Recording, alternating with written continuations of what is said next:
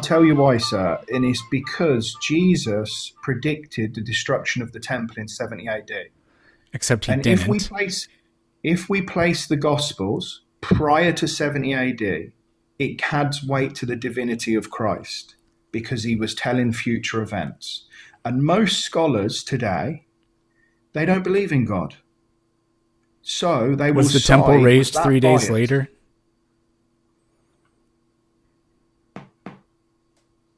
He says not one. No, there's that when he says, "Tear this temple down, and I'll raise it in 3 days." But he was speaking of the temple of his body.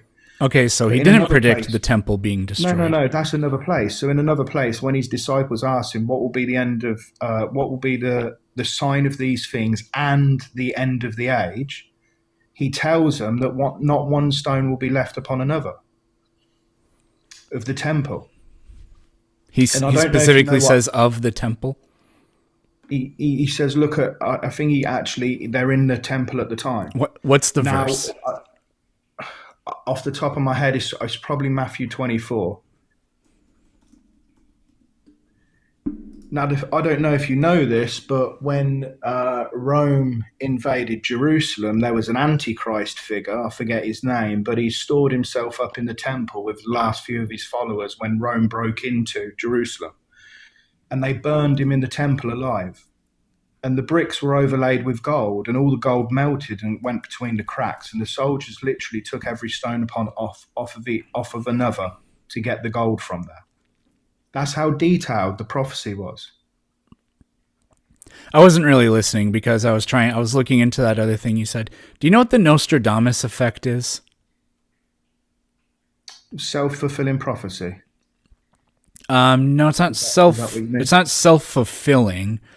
Maybe I'm using the Nostradamus effect, that term inappropriately, but as I understand it, it's you say cryptic things that don't say anything in particular, and then you can do, I don't know what you call it, like retroactive exegesis, where you go, oh, he was talking about that, right?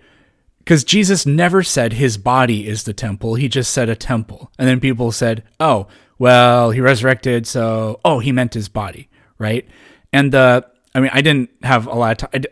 I can't really read things when I'm talking to people because we'd have to sit here in silence, and that's no fun for anybody too. I understand. But I read that opening thing in Mark 24 or Matthew 24, and it says what, like they were walking through the temple and he said, "You see all this in front of us, not a stone of it will be left," or whatever.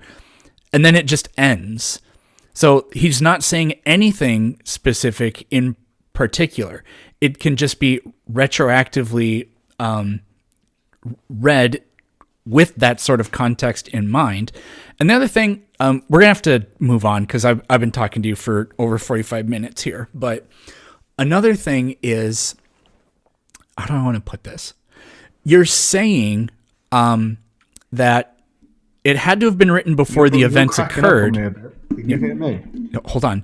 You're saying it had to have been written before these things occurred because it talks about the things that occurred in a future tense. Do you understand how easy that would be to do if you simply wrote about it after all of the events took place?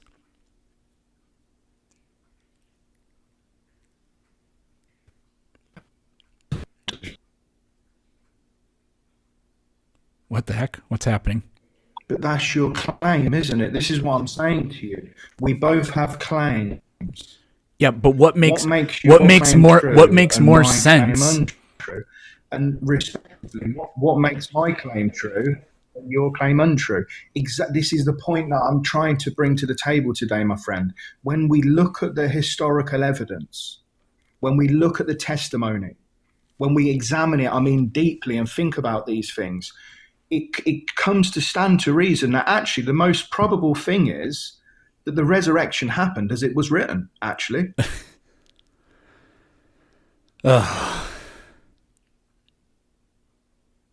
Listen, it does. Now, I know we've spoken for a long time. Luke, I don't want to take do all the time. you I think, really appreciate you speaking to me. What do you think is more likely? And this is a completely generic I'm not talking about anything in particular. I'm talking about generically across all kinds of claims from any kind of person at any point in history, anywhere on the planet. What's more likely? People make stuff up or miracles really do happen? Well, let's add a third thing to be a little bit more fair. People make stuff up, people make mistakes, or miracles really do happen? I think you've got a. I think they're all true in different circumstances. What's more situations. likely to be true? Now, In a generic sense, any claim made by any, if I had a book and it was this thick and it was a book of every religious and mythological story ever told, if we randomly flipped to any page and pointed to some miraculous thing being claimed to happen, would you say it's more likely that it really did happen, that somebody made it up, or somebody was mistaken? speaking in a general sense, off the top of my head, without any investigation, I'd probably say it's likely that it didn't happen. So they either lied or were mistaken. Yeah. And I'm just being honest there. I mean, and I think Yes. that's the truth. I do genuinely think that's the truth. But if you would ask nothing me in this the question- Gospels, nothing in there rises to the level where miracles actually do happen, becomes the more likely explanation. I mean, if you asked me this question 15 years ago, I'd probably say it's a load of nonsense. But I'm 41 years old. I became a Christian when I was 29, and I became a Christian in my bedroom, and I had a real change of life, a real powerful experience. Now, if what I was reading in the Bible didn't become real in my life, I probably wouldn't believe it. And this is what I say. This is what I say to many people. What happens today is people defame the Bible. They say, "Oh, it's a load of nonsense. It didn't happen. Miracles didn't happen." And what that does is it turns people away from reading it. And what I try to say to people is, look, what have you got to lose?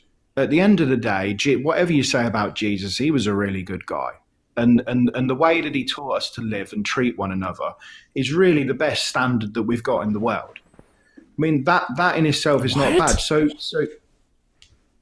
So give it a read and see what it says. And in there it says, Jesus says, if anyone does the will of my Father in heaven, he'll know whether it's true or not. And that's what happened to me. I took the words of the Bible and I applied them to my life, and I did what it said. But you could put my head on a block and cut it off, my friend.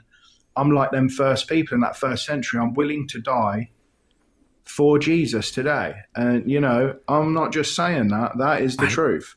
Okay, I literally had a conversation last night with a guy who said that Jesus wasn't really God. He was just governor of the solar system. Aliens and resurrection is all true. Weird stuff about specific types of energies and shit like that exist. And I asked him for any evidence, and he said, when I started believing in this stuff, it turned my life around. And I said to him, that doesn't make the odds of the particular stories being true more likely, because that evidence has nothing to do with the evidence in the stories. So we'll have to just leave it there, but